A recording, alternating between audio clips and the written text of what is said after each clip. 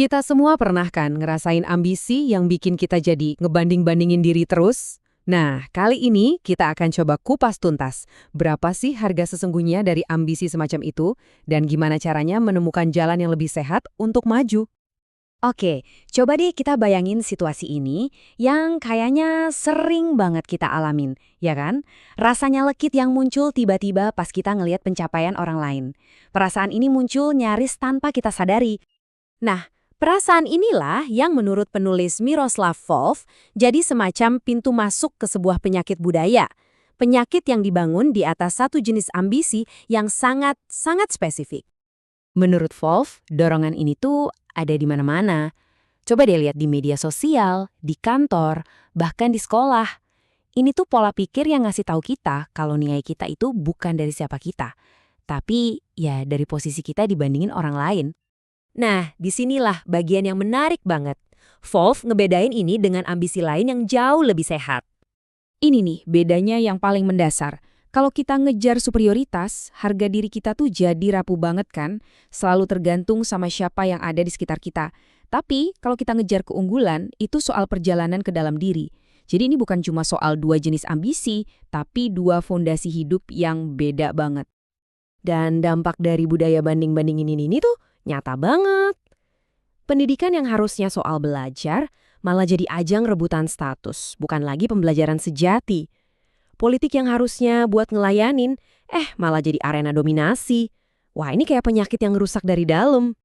Dan kutipan ini ngegambarin siklusnya dengan pas banget. Gini, rasa minder bikin kita pengen jadi lebih baik dari orang lain. Tapi justru itu yang bikin kita makin gampang ngerasa minder lagi. Jadi muter-muter aja di situ, saling menguatkan.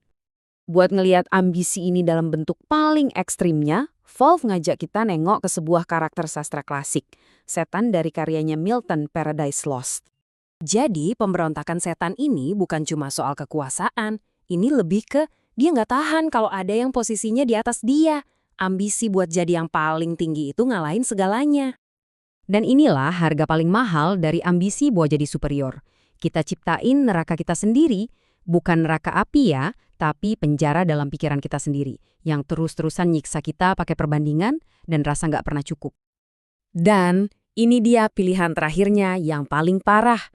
Mendingan berkuasa di neraka daripada cuma jadi bawahan di surga.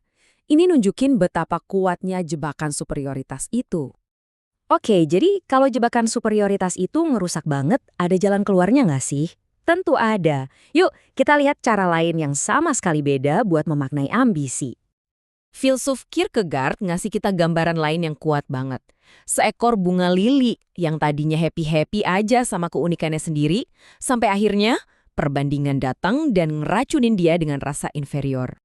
Nah, dari sini kita bisa nemuin jalan alternatif.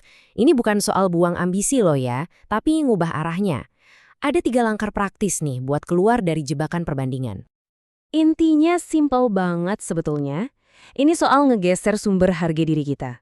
Bukan lagi dari pengakuan orang lain yang gampang goyah, tapi dari fondasi dalam diri kita yang kokoh, yaitu nilai intrinsik kita sendiri. Nah, ini semua ngebawa kita kembali ke satu pilihan pribadi yang kita semua hadapi.